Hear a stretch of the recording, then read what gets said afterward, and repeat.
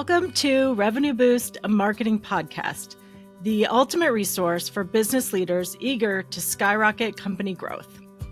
I'm your host, Kerry Curran, and this episode is From Commoditization to Connection, Mastering Brand Strategies for Revenue Growth, with special guest Caleb Jacobson-Sive, founder of Lattice Strategy and seasoned expert in strategic planning and brand development. In this episode, Caleb and I discuss bridging the gap between consumer insights and business growth. Caleb shares his invaluable insights on how to navigate the challenges of commoditization and build strong customer relationships that fuel revenue growth. Join us as we explore actionable strategies and real-world examples from brands like Zappos and Southwest Airlines, illustrating the power of internal brand alignment and emotional connection in driving business success. Get ready to align your marketing strategy with your business growth goals. Let's go.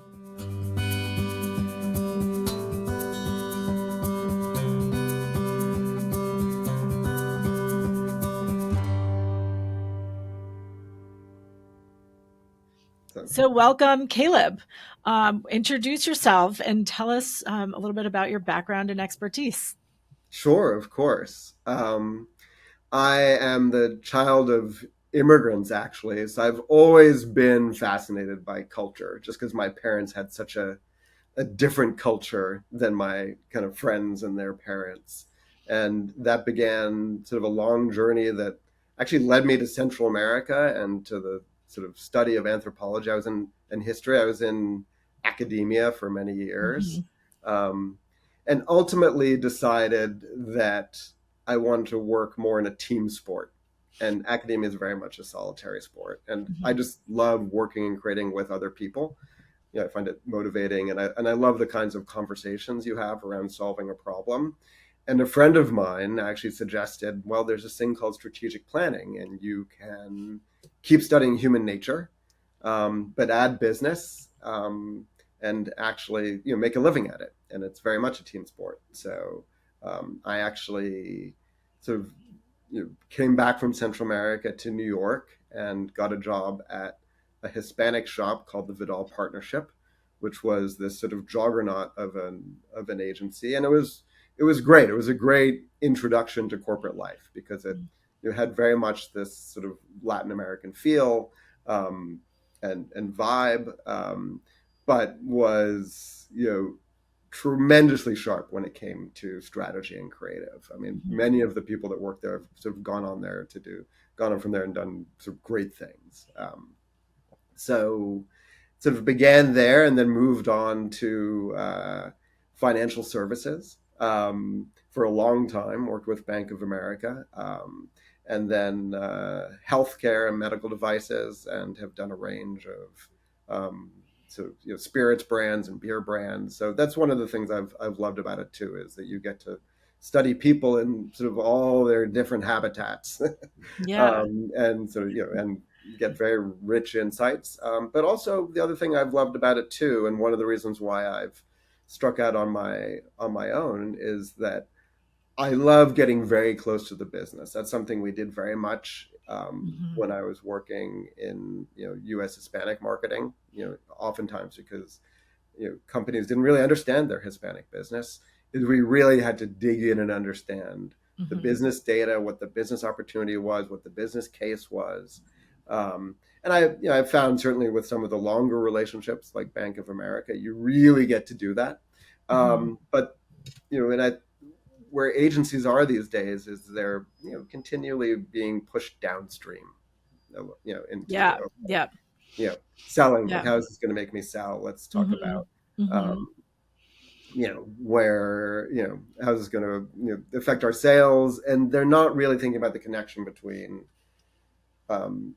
customer insights that help build the product and how connected that is to ultimately the insights that are going to help sell it and change the behavior that will actually help build your business. Yeah, definitely. And I love what you're saying about the getting close to the business case and the business data, because that's really, where I believe marketing needs to play a stronger role as part of that to your point, like the market, the product market research, the brand research, and how it's really going to the potential there to drive the business when you're really deep into it. So tell me a bit about your new consultancy and kind of what are the questions that your clients are asking you? Yeah, sure. It's called Lattice Strategy. So it's really about the sort of interconnectedness of things, Hmm. and making connections that then, which is at the heart of getting to insights that are actually going to, unlock some business and sort of Yeah. build relationships with customers and your employees. Um, and the kinds of questions that I'm really getting is, okay, for companies, and it's a range of questions depending on who we're talking to, right? Yeah. So for smaller companies, who are just coming into their own, and growing very fast, some of the questions can be very internally motivated. It's, I need to define my proposition so that my own employees understand it, and I need Hmm. to define my proposition and who we are to keep the culture that I've built. Because obviously, as companies expand very quickly, it's very easy for that Yeah. culture, that really magic, to be diluted. Hmm. Um, and so there's as much a concern about sort of codifying that and making sure that stays solid as the company expands. And then, of course, that also drives, how people service customers and talk to customers as well. Right. Um, and then there are larger companies that are, in a sort of a different state of play that, Hmm. um, may find, their businesses are slowly getting commoditized. And maybe I'll scratch that one. So there are larger companies, whose businesses have become really commodities in a sense, like financial Yeah. Yeah. services. And they are concerned with how they build a relationship with their Hmm. customers, right? Hmm. Hmm. Um, so there, it's really understanding the sort of the insights and barriers to a relationship and what the right sort of languages as well, so that Yeah. Yeah. because you don't build a relationship overnight. Hmm. And so they're really interested in understanding, okay, well, how do I build a relationship with a customer, and providing that map, which has to do both with, what the brand is and what the sort of the insight and the proposition is, but it's Hmm. also, there's an etiquette to building a relationship Yeah. as well. Like, even you can say the right thing at the wrong time, or you Hmm. can say the right thing too quickly, right? We Right. all know that, right? When Yeah. you're in, Yeah. in this sort of relationship building. And so what's the right cadence of unrolling that as well? Yeah. Um, and then there are also larger companies too that are, trying to motivate or rejuvenate, their Hmm. workforce, um, or, bring in new talent. Yeah. Um, and so there again, the brand work is very much about, um, how do I actually motivate my employees, but staying Hmm. true to who we are externally. And so Yeah. those are the kinds of questions that we've been getting. Yeah. Well, it's so interesting to me too because we so often focus on brand and marketing for revenue or customer acquisition, but you're able to expand it to more other business goals and results, like you're saying, like branding for recruitment or retention. And so it's further reiterates the importance of why a solid brand is so important, and I think that's um, really interesting with the work you've been doing. Yeah. No, it's critical because, if you're making a promise externally that Right. drives your sales, right? Hmm. And that Hmm. goes all the way from, if someone is even doing it, sort of, Yeah. awareness or, favorability or kind of brand marketing, to your sales messages, right? Hmm. That sort of happen right at that moment, that you're sort of driving, hopefully at the right time, where you have a receptive customer. But Hmm. if they're really going to believe it and know you, Yeah. then you have to be delivering it on some level. And that's where, certainly helping ensure that your own internal systems are in place to deliver on that promise are critical. And it's all of a piece. It's all connected. Yeah. So for Yeah. the long term and short term, it's critical. Hmm. So talk a bit about a brand as the internal engine for the organization.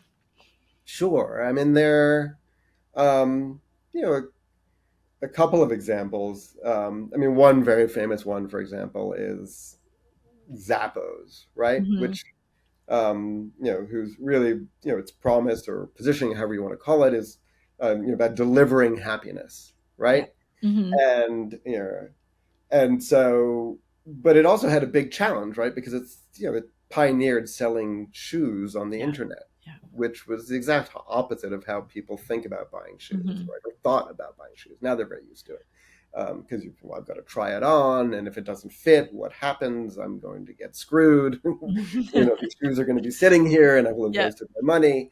And so they had to build, an organization with customer service that was perfect. You Mm-hmm. know, and so they had to basically create this enormous enthusiasm throughout their workforce to deliver on their brand promise to customers.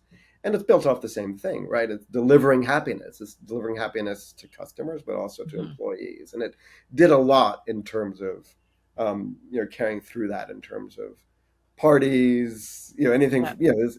to benefits, but it really put its money where its mouth Mm-hmm. is in terms of supporting its employees as they're Mm-hmm. dealing with this sort of revolution in customer service that basically created a new category, which was Yeah.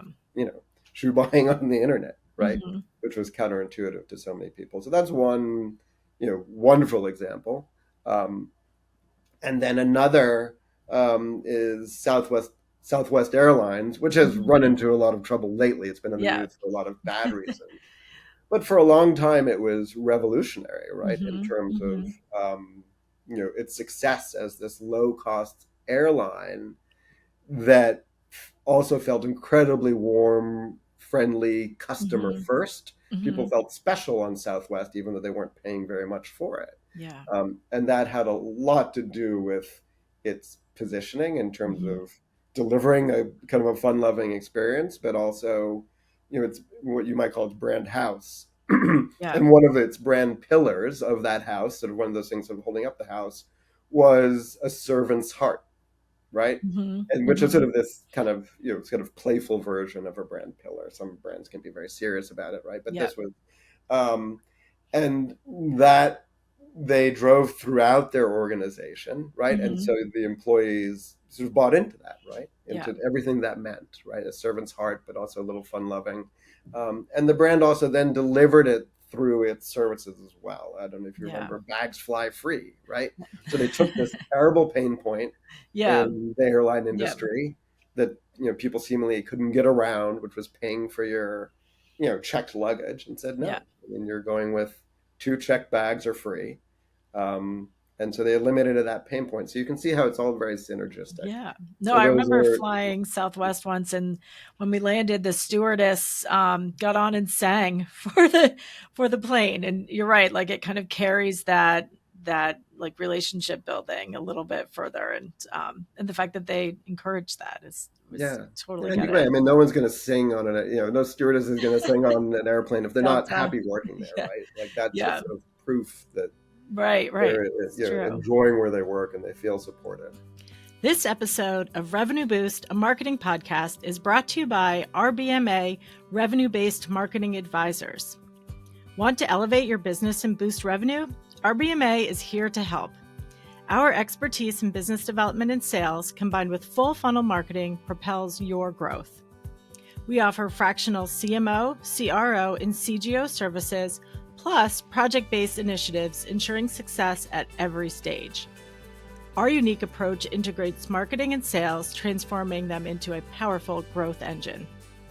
We specialize in B2B agencies, service providers, SaaS companies, and product firms to drive exceptional results. Visit our website to learn more and start your journey to unparalleled success. And now back to our program. Yeah. And so, no, that I love those examples because it just reiterates how critical it is for the brand to be part of the culture and hit all of the touch points. And you talked a bit about how brand can also improve growth in companies and the consistencies and how they go to market. Do you want to talk a bit about kind of that more the next phase after it's been established? Yeah. Sure. No, I mean, obviously, people talk about brand awareness, right? Mm-hmm. But you've Mm-hmm. heard, I mean, people, for example, there are some very famous marketers say, like, awareness, schmareness, in a sense. It's really about favorability. But whatever it is, right? It's this Yeah. Yeah. combination of awareness and Right. perception, They have to be aware of you and they have to like you. and they have to like you. Yeah. Exactly, they have to be aware of you, and they have to like you, and that combination is absolutely Mm-hmm. critical Yep. in terms of sales. I mean, people have to trust you, Yep. and ultimately, people make decisions based on emotion. I mean, Mm-hmm. Mm-hmm. you need rational reasons to support that Yep. decision, but the decision is emotional. Yeah. That people are making, and their behaviors are based on emotion. That's what makes humans interesting, Mm-hmm. right? And creative. But it also is the sort of the challenge of marketing. Yeah. And I think we're very much in a phase that's swinging towards the rational side because we Right. have so many you know Mm-hmm. digital tools, and we have so much data. Yeah. Um, but it's been proven time and time again that when you actually create an emotional connection, Mm-hmm. you're much more likely to drive that behavior, Yeah. Yeah. um, and you're much more likely to get repeat behavior. Mm-hmm. Um, Mm-hmm. so I think that's critical, and that's why brands, of course, exist, Yeah. um, and it definitely changes. We've seen, for example, when looking at Bank of America, um, that as you improve Mm-hmm. favorability, Yeah. which is a combination of ultimately sort of awareness and perception.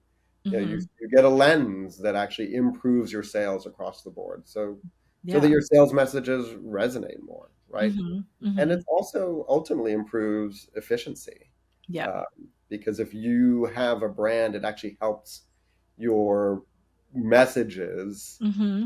um, you know keep their coherence. Because if Right. it's a sort of a Right. scattershot set of messages, Yeah. that, oh, this, that, wait a minute, what are they saying to me? Am I getting conflicting messages? Am I getting too many messages? Mm-hmm. But if you're thinking about the brand and what it means, you're really thinking, it's another way of saying you're really thinking about the customer as well. Yeah.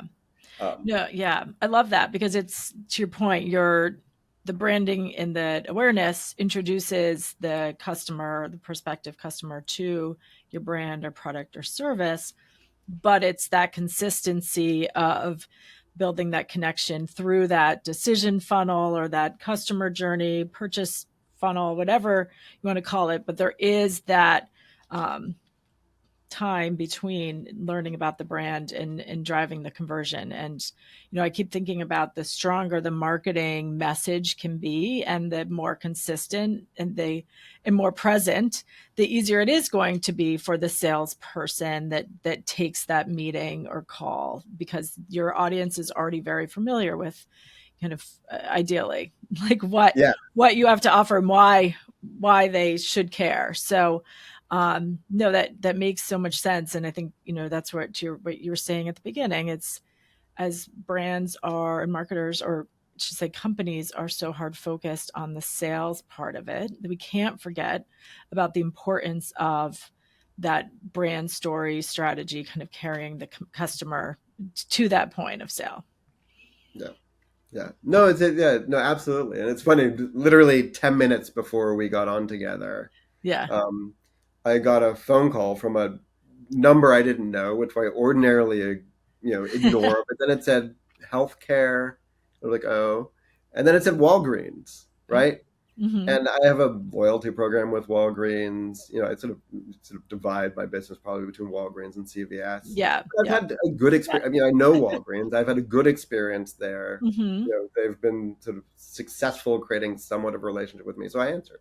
Yeah. They were trying to sell me a vaccine of some kind, Yeah. but nevertheless, I answered. Versus, Yeah. if Walgreens hadn't built a relationship with me, I never would have answered that call. Yeah. No, So I agree. And it does yeah, help when it tells you who it is. Um, no, this is great. And so I know you have some key tenets or principles that you follow when you're working with your clients for branding. Do you want to kind of talk through those or? the Yeah, most it's important really a aspects. it's really a a process in a sense, Hmm. right? Like Hmm. a set of A and framework. so Yeah. for me, obviously, it's you need to get to know the business as much Hmm. as you can, Hmm. right? And sometimes with clients, that can be a challenge because to them they've been like, okay, we've figured out the business, and now here's a marketing need Yeah. that I have, right? Hmm. Um, but what actually happens is if you sort of understand a little bit more of the business, sometimes you can even because you start to know the customer, unlock an opportunity you never thought of, Hmm. right? Something that you hadn't considered. And the other um, is that you start to really then everything you deliver moving forward, even the sort of the channel considerations that you might Hmm. offer, are much more grounded. Yeah. So you begin with the business, and Hmm. one example of that is we were immersed in the IRI data, Hmm. Hmm. for Tylenol, so OTC pain relief. Yeah. And one of the things that we ended up finding was that Tylenol 8 hour did very well with U.S. Hispanics, and there were all kinds of theories about it, but a lot of it had to do with a lot of the physical labor that Hispanics were doing, right, Hmm. and Hmm. needing that long-term pain relief. Um, and that's something that if we hadn't had access to that data, if Tylenol had been just treating us as sort of a downstream agency and not saying, okay, play with our business a little bit and see what you can Hmm. find, that never would have been discovered. So that was, that's one example of knowing the business. Yeah. Um, and then, of course, um, understanding what we need to know about the customer, right? Hmm. Right. Hmm. And so that's critical. And so there, we do an audit, kind of what we know already, right? Because you don't want to repeat the research, Right. and of course what the brand has been, right? And it Hmm. depends. It depends very much on the stage of the business. It could be, a business that has just begun to sketch out who they are and what their brand is, especially Yeah. with these smaller companies that are just growing, and there it Hmm. becomes a really interesting process of just interviews and getting to know the Yeah. company, Yeah. and interviewing the founders, interviewing um, you know some of the sort of downstream employees, whoever Hmm. you kind of decide who the right people are, and you can tease out a lot. And there you start to think through, okay, what are the values? Yeah. And some of those values, it doesn't really matter what the customer thinks, Hmm. in a sense, right? Because that's who the company is. Yeah. And if they're growing, they're doing something right for the customer. And it's really about sort of defining that so that you can Hmm. sustain it through Hmm. growth. And then the customer research, which Yeah.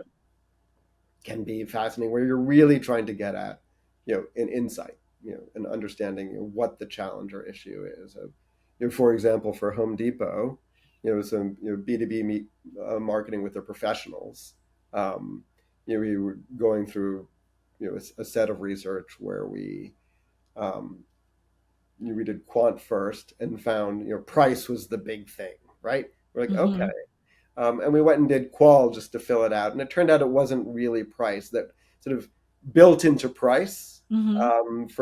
for these pros, was time.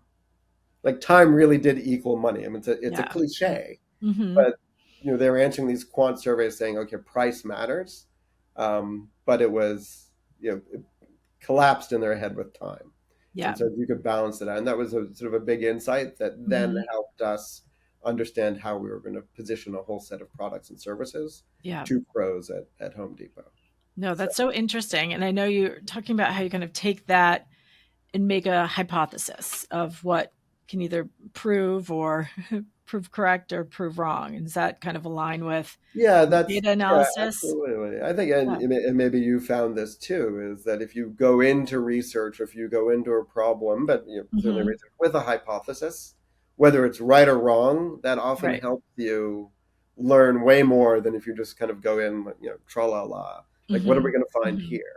Right? Right. It Right. becomes almost the sort of the knife edge that allows you to sort of cuddle a bit deeper, Hmm. and understand more deeply, who your customer is, what's happening in your category, and ultimately what is that tension Right. that you're Right. looking for that the brand can help solve. Yeah. No, So, this is great. And Caleb, so much good information here. Do you have a last kind of uh, nugget or insight to share with businesses that maybe need to look at their brand again, or have a business challenge that could be solved by branding? um, give me a second here for the final thing. Yeah, Um, I would say that we're you know at a time where there's so much to manage, yeah, right? When yeah. it comes to marketing, advertising, and even never mind all the sort of the product development, right? Hmm. Um, there's so much data. We're not even often scratching the surface of the data. Right, right. Um, and so it then becomes critical just to create like a very clear set of tools Hmm. to understand really who your customer is, some simple ways of understanding, the various contexts in which you want to reach them, Hmm. and and then really figuring out, okay, what is that relationship I want with my customer? Defining that, like it Yeah. sounds kind of perhaps obvious, but if you actually take the time to define what kind of relationship you want with your customer and then think through, okay, how do we build that? And it's not going to be through some little email asking them to do something. It's got Hmm. to start earlier like that. You were talking about people, and Yeah. imagine the way one would react in a party if someone sort of got down to come over to my house. Yeah. Yeah. Right? Like Gotta you warm them need up to first. think about how you're introducing yourself, Yeah. Get them to what laugh at you're your really jokes offering. first. Yeah. Yeah, of course. So I Yeah. think that's critical. Is that if you're Yeah. interested in building relations with your customers, just think about it in some ways how you might think about it as you sort of meet people, because your customers are real people, and sometimes you can forget that because you have to think about them abstractly if you're building a business. Yeah. So yeah. No, that's great. Well, thank you, Caleb. And this has been very informative and actionable. So thank you, and hope we can have you on again soon. Yeah, no, I would love to. And I just have one question for you, just as Yeah. um, is as you've been talking to people, right? Hmm. How has sort of brand and sort of brand connections come through? Because I know you've been talking to many different disciplines, but is there anything you've been hearing consistently that you think needs to be known?